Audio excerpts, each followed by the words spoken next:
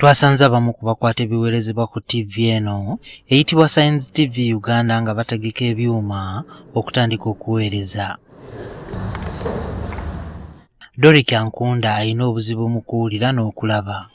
Ono y'omu ku baweereza ku TV eno ekwatagana ku ebyo ebiba bisusse okwogerwako oba kiyite trending ssaako okusoma amawulire. Hello, how are you?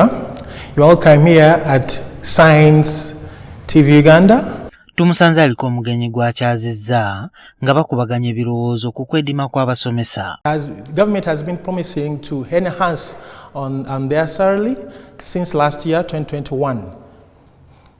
Yet the government has never fulfilled its promise.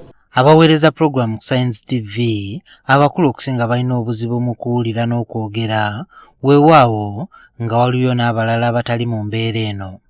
Bano balina n'abo abakozesa obubonero okusobola okuvuunulira abalala era nga balina okubeera ku buli program. Science TV Uganda really has opened this an opportunity to give or to inform largely to the deaf community.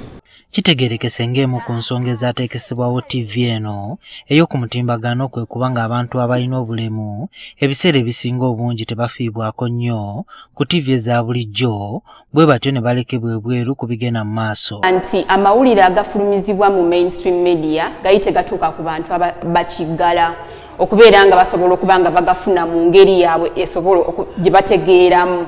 So abangamba nti naye Susan, senga obeera ku program eyo gye bayita on the spot, senga obeera ku program eyo gye bayita sports night, senga obeera ku program eno neeno nga balaba nti balina kye bamissing, balaba nti programs eziri ku TV nungi naye tebasobola kubeera nga bawulira ebirimu eyo program. Susan Mujawa Ananda y'omu ku bakulira ebigenda ku mpewo ku TV eno. Atubulidde nti okuteekawo TV eno kyava ku mwana alina obuzibu mu kuwulira eyakubwa poliisi mu kiseera ky'omuggalo, poliisi bwe yali ekwasisa ebiragiro bya kafyu. Yali atambula and bwe yali atambula abasirikale ne bamuyita nti yimirira ogenda wa nga tawulira. So ye yali tatawulira n'atayimirira ne bamukuba amasasi. Bamukuba amasasi teyafiirawo naye yafa afterwards. Ono atubulidde nti programu zaabwe zonna z'abantu abatawulira n'okwogera.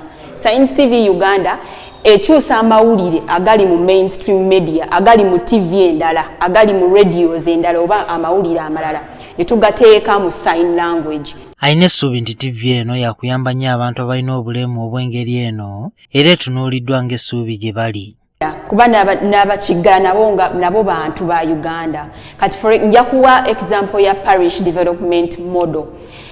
Program eno egenda yamba abantu bangi nnyo. Era nze mbadde nsaba nti program nga zino senga zisobola okubeera nga ziteekebwa mu lulimi oluwuliziganya kale olusobola okubeera nga bali abalaba abawulira information eni basobola okuba nga babitegeera baba basobola okuganyirwamu. Wabula bakyalina okusoomoozebwa kw'amaanyi. Copyright nti information avudde ku NTV, information avudde ku Daily Monitor abeerako ne copyright. So nze nganze okumujjayo ne muleeta ne muteeka mu sign language saawa zino sisobola kubanga mba mmenya amateeka.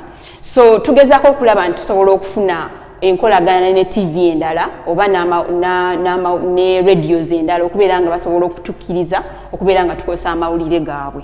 Pozi n'ekirala nti kati ebintu bye tukozesa si byaffe nga machines, cameras, ebintu byonna kale bye tukozesa tuli under an organization. Bano kye basaba kwe kubanga wabaawo obusobozi eri abantu ekikula kino okugula data bwe batyo basobole okumanya ebigenda mu maaso mu ggwanga. There is a lot of taxes on the internet people are putting on their phone. So me I think for us to have our Science TV Uganda to be able to be approachable to all people and accessible to all people.